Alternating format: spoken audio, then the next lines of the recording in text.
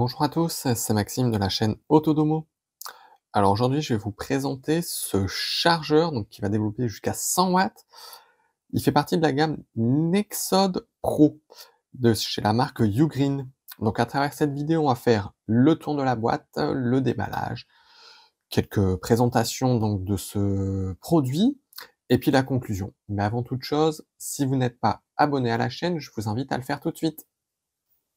Alors passons donc au tour de boîte. Alors déjà, moi j'aime beaucoup le packaging.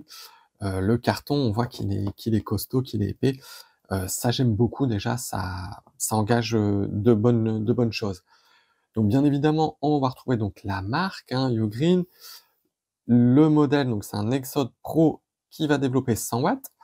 On peut donc voir qu'il y a 3 ports dessus, donc 2 USB-C et un USB classique. Donc ici, on va retrouver différentes petites informations qu'on va retrouver derrière, donc je vous en dirai un petit peu plus derrière. Mais ici, on peut voir qu'il va développer, enfin qu'il peut recharger un MacBook Air 13 pouces, hein, en 60 minutes en, à 70%. Voilà. Donc ici, on a bien entendu une photo du chargeur. Donc ici, on retrouve quelques petites caractéristiques dessus. Tout ça, c'est des choses que je vais vous expliquer tout à l'heure. On trouve la puissance totale, la puissance de l'USB-A, de l'USB-C, etc. Voilà. Donc à l'arrière, c'est là où on va avoir pas mal de petites choses intéressantes. Alors, s'il veut bien me faire la mise au point, voilà, ça sera mieux comme ça. Alors ici, eh ben, on va retrouver donc les caractéristiques qui en font vraiment un appareil très haut de gamme. Déjà ici, donc ça, hop, c'est le AirPira, c'est la charge rapide dans un format réduit. Le GaN Infinity, donc on va avoir moins de chaleur, moins de pertes et de meilleures conversions à partir de composants réduits. Hop, juste ici le Thermal Guard, eh ben, c'est tout simplement la dissipation thermique. Et ici donc le Ugreen Smart Charge, eh ben, c'est bien entendu la charge intelligente où on peut venir charger plusieurs appareils en même temps. Donc tout ça fait que on a un produit de très bonne qualité. Puis vous voyez ici, on peut voir que le carton est bien épais. Alors moi, j'ai déjà un petit peu ouvert, c'est pour ça que c'est un peu comme ça. Alors au niveau du déballage, ce qu'on va retrouver donc bien entendu dans le petit carton ici, eh ben, c'est hop, il n'y a plus rien dedans. Eh ben, c'est avec donc la garantie et des petites informations donc sur l'appareil, la notice, etc. Chose importante, il y a en français aussi, donc c'est bien. On va retrouver hop, le chargeur en lui-même. Donc j'ai déjà un petit peu ouvert pour gagner du temps et que ça soit plus simple. Moi déjà j'aime beaucoup le look, il est joli je trouve. En gris comme ça, un petit peu métallisé, hein. Je sais pas si on se rend bien compte, mais il est très beau. Il est un petit peu imposant quand même, puisque bah forcément, voilà, vous le voyez, il y a 3 ports dessus, hein. Il va jusqu'à 100 watts, donc forcément, il est un petit peu imposant, ce qui est tout à fait normal.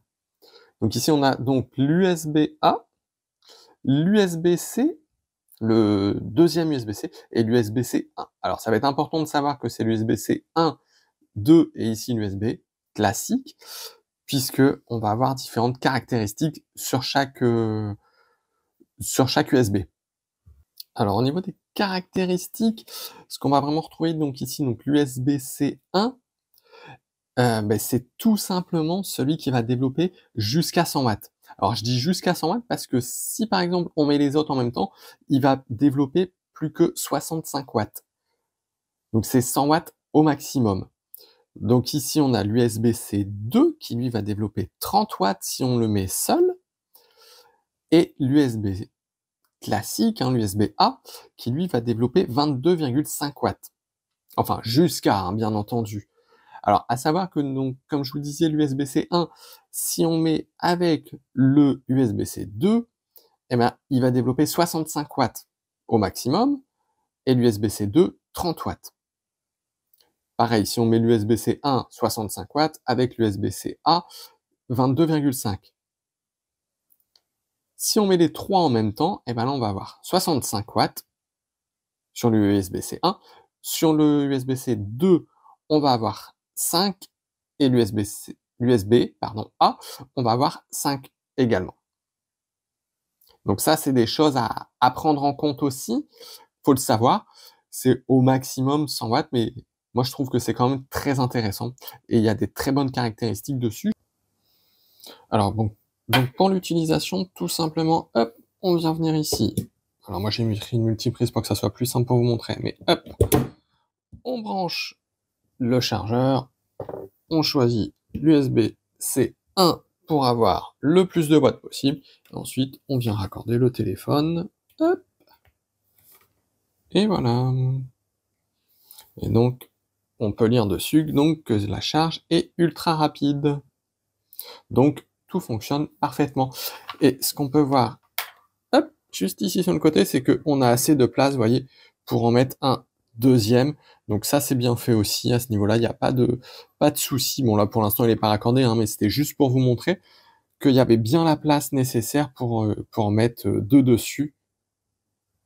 Voilà, donc il est temps maintenant de passer à la conclusion au niveau donc de ce chargeur de la marque Ugreen, hein. Il s'agit donc du Nexode Pro 100 watts.